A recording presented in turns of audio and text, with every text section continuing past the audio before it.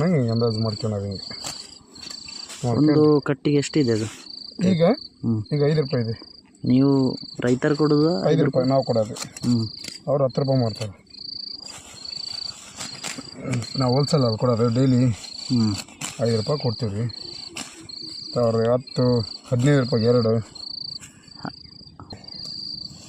ಏನು ಟೀ ಆ ಥರ ಟಿಫನ್ ಆ ಥರ ಏನಾರು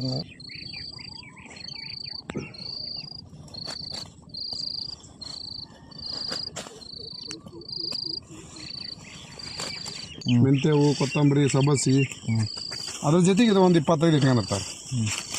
ಈಗ ನಾನು ಇದು ಒಂದೇ ತಗೊಂಡು ಇಟ್ಕೊಂಡು ಕೂತ್ಕೊಂಡ್ರೆ ಯಾರೂ ಬರೋಲ್ಲ ತೊಗೊಳಕ್ಕೆ.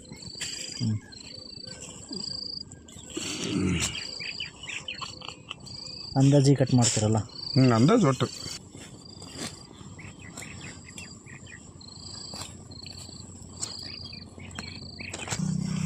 ಮತ್ತು ಅದನ್ನು ರೆಡಿ ಮಾಡ್ಬೇಕು ರೀ. ಜೋಪಾನ ಅಂದ್ರೆ ಗೊತ್ತಾಗತ್ತಲ್ಲ, ಅದು ಗೊಬ್ಬರ, ಎಣ್ಣೆ